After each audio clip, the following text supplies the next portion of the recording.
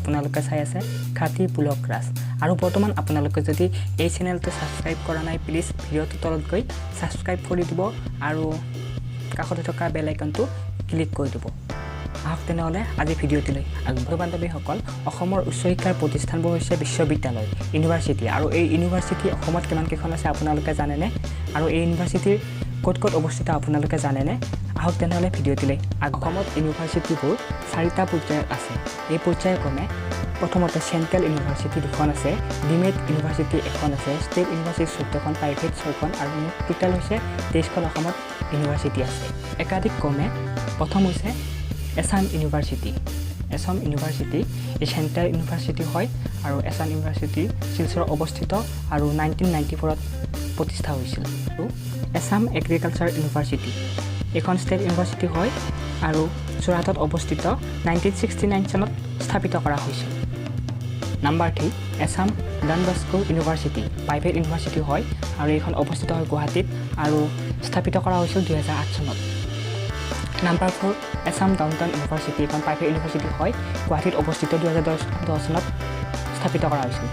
number 5 Assam Rajiv Gandhi University of Cooperative Management state university হয় শিৱসাগৰ অৱস্থিত 2010 চনত স্থাপিত কৰা হৈছিল number 6 Assam Science and Technology University state university হয় গুৱাহাটীত অৱস্থিত 2010 চনত স্থাপিত কৰা হৈছিল number 7 Assam Women University state university হয় যোৰহাটত অৱস্থিত 2013 চনত স্থাপিত কৰা হৈছিল 8 number Bodoland University state university হয় কোকৰাঝাৰত অৱস্থিত 2009 চনত স্থাপিত কৰা হৈছিল 9 number Satyadev university state university হয় বৰপেটাত অৱস্থিত 2019 চনত স্থাপিত কৰা হৈছিল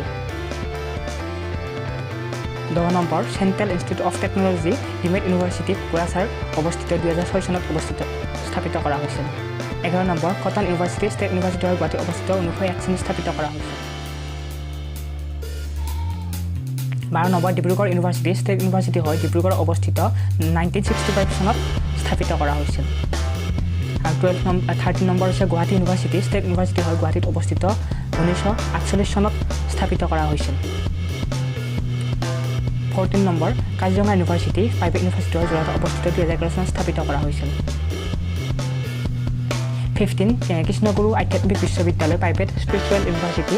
বৰপেটাত অৱস্থিত 2017 চনত স্থাপিত কৰা হৈছিল 16 number Krishnakanta Sandikai state open university state university হয় গুৱাহাটীত অৱস্থিত 2007 চনত স্থাপিত কৰা হৈছিল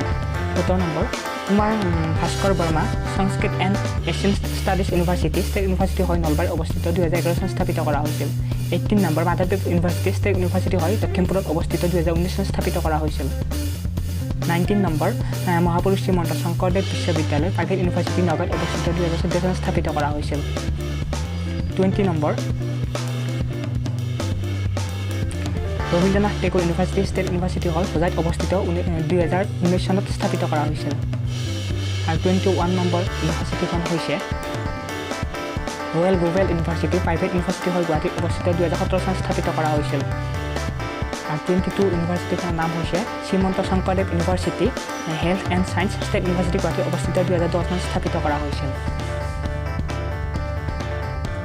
আৰু 23 নম্বৰ ইউনিভাৰ্চিটি হৈছে তেজপুৰ ইউনিভাৰ্চিটি চেন্ট্ৰেল ইউনিভাৰ্চিটি হয় আৰু এই তেজপুৰত অৱস্থিত 1994 ত স্থাপিত কৰা হৈছিল